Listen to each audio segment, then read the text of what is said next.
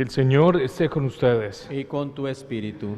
Lectura del Santo Evangelio de nuestro Señor Jesucristo según San Juan. Gloria a ti, Señor.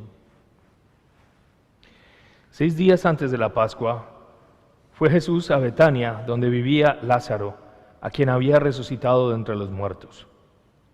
Allí le ofrecieron una cena. Marta servía y Lázaro era uno de los que estaban con él a la mesa. María tomó entonces una libra de perfume de nardo auténtico, muy costoso. Le ungió a Jesús los pies con él y se lo enjugó con su cabellera, y la casa se llenó con la fragancia del perfume. Entonces Judas Iscariote, uno de los discípulos, el que iba a entregar a Jesús, exclamó: ¿por qué no se ha vendido ese perfume en 300 denarios para dárselo a los pobres? Esto lo dijo no porque le importaran los pobres, sino porque era ladrón, y como tenía a su cargo la bolsa, robaba lo que se echaban en ella. Entonces dijo Jesús: déjala, esto lo tenía guardado para el día de mi sepultura. Porque a los hombres los tendrán siempre con ustedes, pero a mí no siempre me tendrán. Mientras tanto, la multitud de judíos que se enteró de que Jesús estaba allí, acudió no solo por Jesús, sino también para ver a Lázaro, a quien el Señor había resucitado entre los muertos. Los sumos sacerdotes deliberaban para matar a Lázaro, porque a causa de él muchos judíos se separaban y creían en Jesús. Palabra del Señor. Gloria a ti, Señor Jesús. La primera lectura del libro del profeta Isaías nos pone frente al canto del siervo. Miren a mi siervo a quien sostengo, mi elegido en quien tengo mis complacencias. Esto también lo dijo Jesús, lo dijo el Padre de Jesús en el momento del bautismo y también en el monte Tabor. Este es mi elegido, en quien tengo mis complacencias. Escúchenlo, también dijo el Padre. El Padre se complace en Jesucristo. Y estas mismas palabras el Padre también lo dice para nosotros en nuestro bautismo. Somos hijos e hijas amados de Dios, profundamente amados, queridos. Por eso, la misión de Jesús pasa sobre un designio de salvación. Y ese designio de salvación es el que todos nosotros tenemos, porque el propósito de nuestra vida no es perderla, sino ganarla para toda la eternidad. El propósito de nuestra vida es vivir en la gracia que Dios nos da y que se proyecta esa gracia, que es su presencia, a la eternidad. Qué esperanza tan grande esto nos da, especialmente en este momento.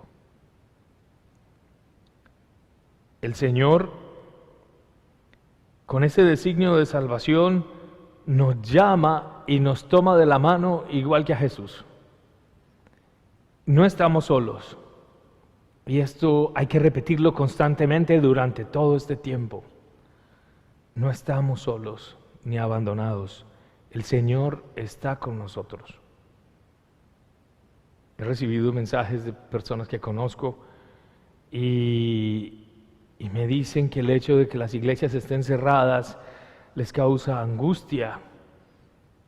Alguien famoso en estos días decía que la Iglesia Católica iba a estar suspendida por muchos meses. Y no hay error más grande, porque la Iglesia, decía un obispo de mi arquidiócesis, la Iglesia no es la Iglesia. Entonces la gente le preguntaba, ¿y qué es la Iglesia entonces?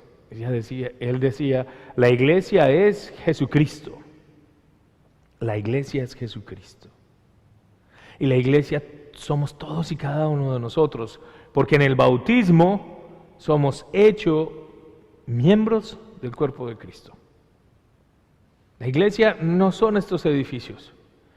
Durante más de 2000 años, iglesias se han quemado, se han destruido por terremotos, por persecuciones, han estado cerradas por gobiernos ateos, pero la iglesia no muere, porque la iglesia no son estas 4 paredes. La iglesia somos nosotros, y allí donde estemos nosotros, donde hay 2 o 3 reunidos en el nombre de Jesús, está la iglesia, está Jesucristo. La iglesia continúa. Por eso esta Semana Santa, que es la más impresionante que yo haya podido vivir en mi vida como sacerdote, esta Semana Santa nos reclama más aún a esa unidad, a ese sentido de pertenencia, a saber que yo soy de Cristo y al ser de Cristo, soy también de mis hermanos y que somos uno. Pueden estar cerradas todas las iglesias, todos los edificios, pero nosotros somos la iglesia. Y esta Semana Santa nos lleva con más fuerza a demostrar nuestra fe y aferrarnos a ella. Y a pesar de que no tengamos los oficios en público ni las procesiones, sí los estamos celebrando y en nuestro corazón estamos profundamente unidos. Donde hay 2 o 3 reunidos en mi nombre, estoy yo en medio de ellos. Esta mañana en la oración recordaba que durante una de las varias persecuciones en Corea, que persiguieron a los cristianos, mataron y expulsaron a los misioneros, a los sacerdotes, acabaron con las religiosas. Muchísimos laicos comprometidos continuaron la evangelización. Y fue muy bello cómo después de muchísimos siglos sin haber presencia cristiana en Corea, al regresar los misioneros, encontraban pueblos enteros que todavía vivían la fe.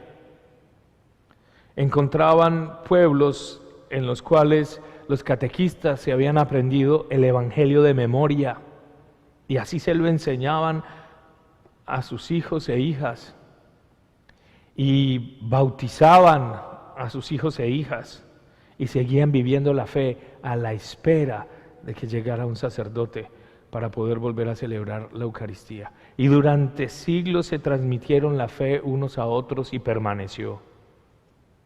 Entonces, en circunstancias difíciles en las cuales la iglesia siempre ha estado, ha sobrevivido. Durante las grandes persecuciones en la Rusia comunista, en tantos países comunistas, la Guerra Civil Española, la Revolución de los Cristeros en México, donde la iglesia ha estado en peligro, no ha muerto, sigue viva. Jesús está con nosotros. Hoy nosotros estamos invitados a este encuentro personal con Jesús. María donó de lo mejor que tenía, un perfume costosísimo, y unge a Jesús con él. ¿Qué es lo mejor de nosotros que podemos darle a Jesús? Y yo pienso que en este momento es la ocasión de redescubrir el amor en la familia, el valor del respeto, el valor de la esencia de que somos los unos de los otros, la alegría de estar juntos, la esperanza que nos permite seguir adelante en el futuro. Esta es la invitación que yo les hago hoy. Ofrezcan lo mejor de ustedes a Jesús, que está en la carne, en aquellos que te rodean. Que así sea.